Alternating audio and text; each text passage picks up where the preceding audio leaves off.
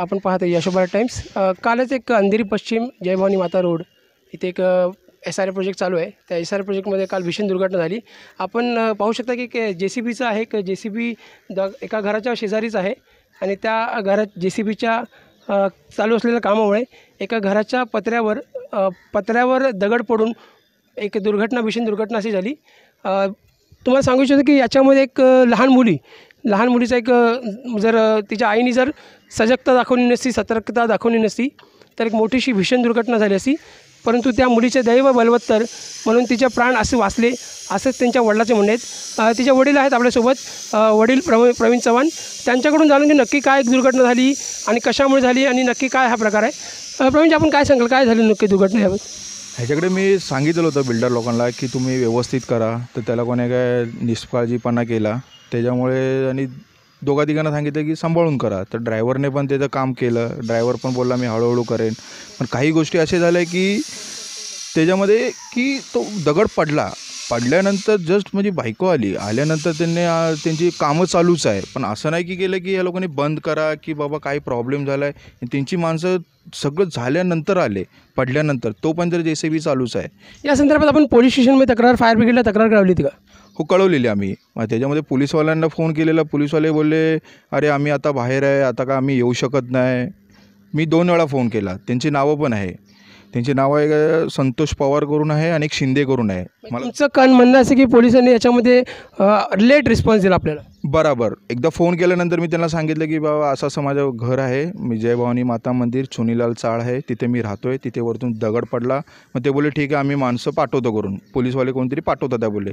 पाठवल्यानंतर त्यांचा फोन आला, अरे काय झालं, कसं झालं, तुम्ही असं करा, तुमच्या मिसेसला लागला असेल, तुम्ही चौकीला घेऊन या, चौकीला आल्यावर आम्ही सांगेन की काय प्रॉब्लेम झाला, अगर काय प्रॉब्लेम झाला असेल तर आम्ही तिला आणि आम्ही एक हवालदार पाठवेन, मी माझ्या कॅमेरामॅनला विनंती करेन की आपण त्या घराच्याच लोकेशनमध्ये जाऊ, नक्की काय प्रकार घडला ते आपल्याला घरातूनच कळेल की एवढा मोठा दगड आणि काय ती नक्की सिच्युएशन होती।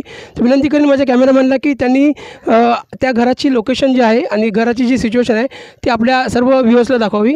विनंती करेन कॅमेरामॅनला आपण पूर्ण लोकेशन जी आहे घरामध्ये दाखवावी त्यांना।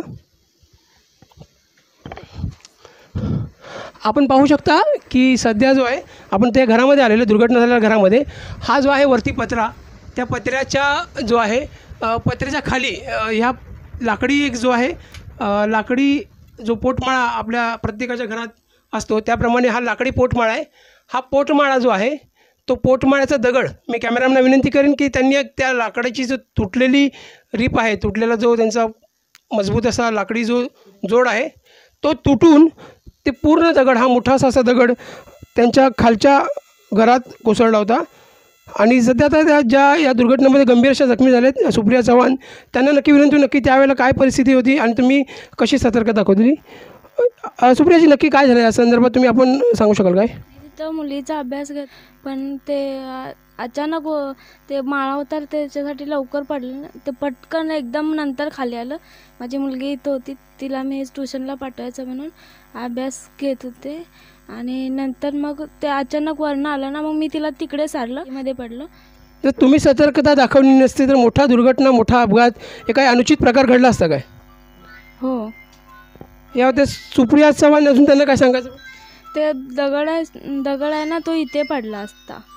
सुप्रिया चव्हाण सांगतात की जर त्यांनी सतर्कता दाखवली नसती, जर त्यांनी अनुचित जो प्रकार आहे तो घडण्यासाठी त्यांचं दैव बलवत्तर, त्या मुलीचं दैव बलवत्तर म्हणून त्यांनी त्यांच्या आईने सतर्कता दाखवत आपल्या मुलीचा जीव जो आहे पूर्णपणे वाचवलेला आहे आणि त्यांनी ते संकट स्वतःवर अडवले आहेत। आपल्यासोबत स्थानिक लोक पण आहेत, त्यांच्याकडून जाणून घेऊ नक्की हा प्रकार काय आहे, का होतं आहे असं, कोण जाणून बुजून करतं आहे का असं, किंवा मग याच्यामध्ये काही निष्काळजीपणा केला जातो आहे बिल्डरमार्फत, स्थानिक प्रशासनामार्फत, आणि त्यांच्याकडून जाणून घेऊ की या संदर्भात त्यांना कोणाची मदत होते का? तुम्ही काय सांगाल मॅडम? हे आमच्यावर जबरदस्तीचा प्रकार चाललेला आहे। आम्ही त्यांना सांगितलेलं की तुम्ही काम करताय तर व्यवस्थित करा, पण तो ऐकत काय नाही, तिथे सांगतोय वरून बुलडोजर घराच्या वरून तो फिरवतोय। काल आम्ही तेच बोलतोय आज काहीतरी घडणारच आहे, शेवटी तो दगड पडलाच। तिनं आज जर दाखवली नसती ही गंभीरता तर तिच्या पोरीचा आज जीव जायची ही शक्यता होती। याच्यामध्ये आपल्याला अजून कोणाला काय सांगा, तुम्ही काय सांगा मॅडम? आमच्या भिंतीवर 2-3दा आपटला दगड, आम्ही त्यांना सांगितलं पण त्याने काही लक्ष दिलं नाही आणि जेव्हा काम करताना इथे कोणी उभं राहत नाही। म्हणजे वारंवार स्थानिक नागरिकांनी तक्रार करून सुद्धा बिल्डर आणि बिल्डरांचे जे कर्मचारी आहेत ते कोणत्याही प्रकारची दक्षता घेत नाहीत. आपण काय सांगाल मॅडम? त्यांना सांगितले ते ऐकतच नव्हते. मी प्रवीणजींना विनंती करेन की आपण सर आपलं नाव पण आत्माराम माडिक. माडिकचं काय सांगाल आपण नक्की काय नाही यांचं काम चाललं पुष्कळ, पण निष्काळजीपणा पुष्कळ वागता पाय आपण जर सांगायला गेलं तर ते आपण ते वागत नाही आणि बेफिकीरपणा यांच्यात पुष्कळ आहे. आणि काल एवढी मोठी दुर्घटना होणार होती तरी पण ते त्याच्यात काय आहे ते दाखवत नाही त्याला. स्थानिक नागरिकांचा आरोप आहे की त्या ठिकाणी निष्काळजीपणा केला जात आहे, बिल्डर आपली मनमानी करत आहे आणि स्थानिक नागरिकांना कोणत्याही प्रकारचं सुरक्षितता न देता हे पूर्ण जे काम चालू आहे. मी प्रवीणजींना विनंती करेन की प्रवीणजी या संदर्भात आपल्याला कुठल्या स्थानिक राजकीय पक्षांनी किंवा कोणती मदत करण्याचं आश्वासन दिलं का? कोण आपल्याला भेटायला आलं होतं का? अजूनपर्यंत कोणीच आलेलं नाही आहे. कोणी असं बोललं नाही की काय प्रॉब्लेम झाला इथे, काही नाही अजूनपर्यंत तरी.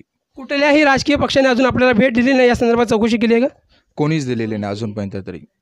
आमच्या माहितीप्रमाणे माहिती मिळते की आपण हे प्रकरण आता जे SRHचे जे चीफ एक्झिक्युटिव्ह ऑफिसर आहेत दीपक कपूर यांच्याकडे हे प्रकरण आपण घेऊन जाणार आहात, त्याबद्दल काय सांगाल? घेऊन गेलं तर चांगलंच आहे, कारण की हे समजलं पाहिजे त्यांना तरी, किंवा बिल्डरला समजलं पाहिजे होते की इथे काहीतरी सुविधा त्याने केली पाहिजे होती. आम्ही एकदा बोललो, दोनदा बोललो, तीनदा बोललो की त्या लोकांनी ॲटलिस्ट काहीतरी सेफ्टी केलं पाहिजे होतं की बाबा इकडे त्याला प्रॉब्लेम होतो आहे. त्या गल्लीमधून त्यांचा JCB जात नव्हता. पण त्याच्यामध्ये त्याने एक विचार केला असेल, बाबा ठीक आहे आपण 10 दिवस थांबूया, काहीतरी इथे संरक्षण करूया, वरतून काहीतरी पत्रे लावूया, काहीतरी करूया. ह्या लोकांमध्ये काहीच केलं नाही त्याने. सरळ त्या लोकांनी काय केलं, 2 दिवस आणला बुलडोझर, नाही आपण फटाफट करूया, होऊन जाईल लगेच. विकासक सुरक्षेच्या दृष्टिकोनातून कोणतेही पाऊल न उचलता स्थानिक नागरिक जय भवानी माता मंदिर जो SRA प्रोजेक्ट राबवला जात आहे, लोकांच्या जीवाशी खेळत हा प्रकार जो आहे गेला जाते. आता ही दुर्घटना झाली, त्या मुलीचं दैव बलवत्तर म्हणून तिच्या आईने दाखवलेल्या सतर्कतेमुळे तिचा जीव वाचलेला आहे. परंतु अशी दुर्घटना पुन्हा भविष्यात होणार नाही याची कोणीही शाश्वती घ्यायला तयार नाही. आणि जर भविष्यात अशी दुर्घटना झाली तर कोणाचा तरी जीव गेल्यावरच प्रशासन जागं होईल का? राजकीय नेते जागे होणार का? आणि फक्त सांत्वना करायलाच येणार का?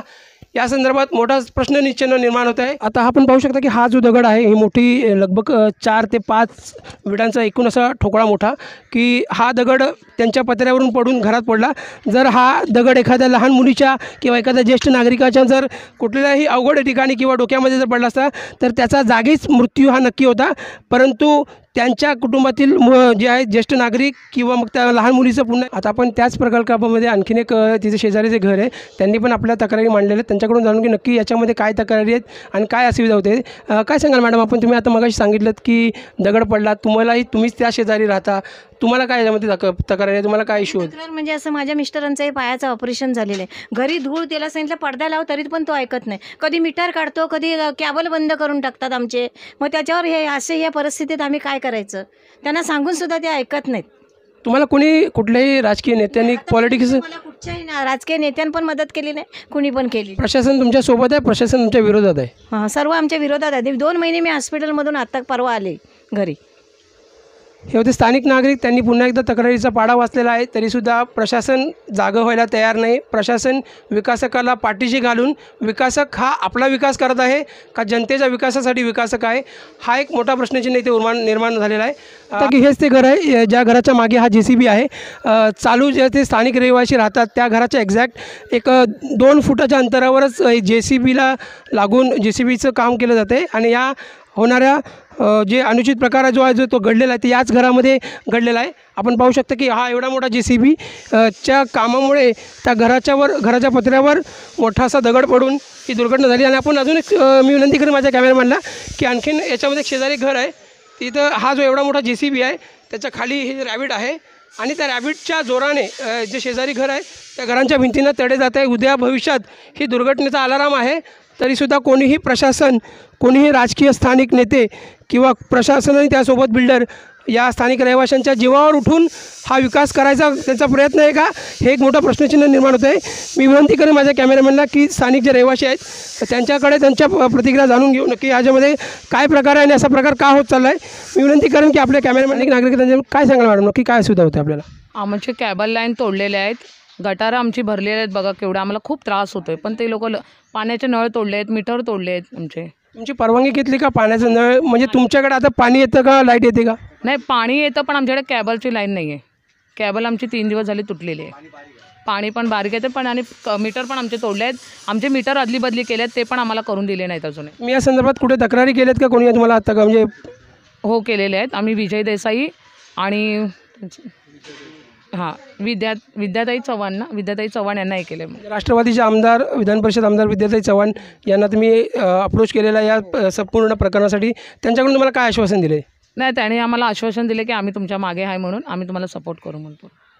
आमच्या सूत्राकडून मिळालेल्या माहितीनुसार हा प्रकरण जे आहे आता विद्याताई चव्हाण आणि स्थानिक नेते विजय देसाई राष्ट्रवादीचे यांनी हे प्रकरण पूर्णपणे SRNचे CEO दीपक कपूर यांच्याकडे नेण्याचं सांगितलं आहे. त्याबद्दल तुम्ही काय सांगाल? त्यांनी सांगितलं की त्यांच्याकडे आम्ही तक्रार नेलेली आहे आणि पुढच्या हप्त्यामध्ये ते मीटिंग लावून आमचं सगळं क्लिअरही करणार आहे. माझं म्हणणं आता म्हणजे माझ्या पायाला पण ॲक्सिडेंट झालं आहे, हे असं होत राहिलं अचानकपणे दगड पडलं कोणाच्या अंगावरती तर काय करणार, आमच्या अंगावर पडलं तर काय करणार. मशीन कामं करावी माणसांनी, पण कशी माणसं पाल 4 माणसं बाजूला पाल आणि तुम्ही मशीन वापर करा ना. म्हणजे त्याच्यामध्ये पोसा नसतं सर्वांच्या दगडी पडणार नाही पडणार ते तुम्ही लक्ष देणं जरुरी आहे ना.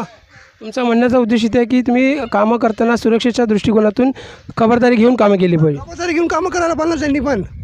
एवढे मोठे मोठे दगड पडायला समजा घरावरती पडलं तर आम्ही तर हाल चालता येत नाही काय ना, आम्ही दगडाखाली पडून मरायचं का? स्थानिकांनी मोठा प्रश्नचिन्ह निर्माण केलेला आहे प्रशासनावर, स्थानिक नेत्यांवर आणि येथील बिल्डर विकासकांवर की आम्ही येथे होणाऱ्या दुर्घटनेच्या खाली जे जर यदा भविष्यात जर दुर्घटना घडली तर ढिगाराखाली पडून आपला जीव द्यायचा का? पुन्हा एकदा मोठा प्रश्नचिन्ह निर्माण झालेला आहे विकासकाला. विकासक हा स्थानिक जनतेच्या विकासासाठी असतो ना की त्या स्थानिक जनतेचा जो भकास व्हावा म्हणून.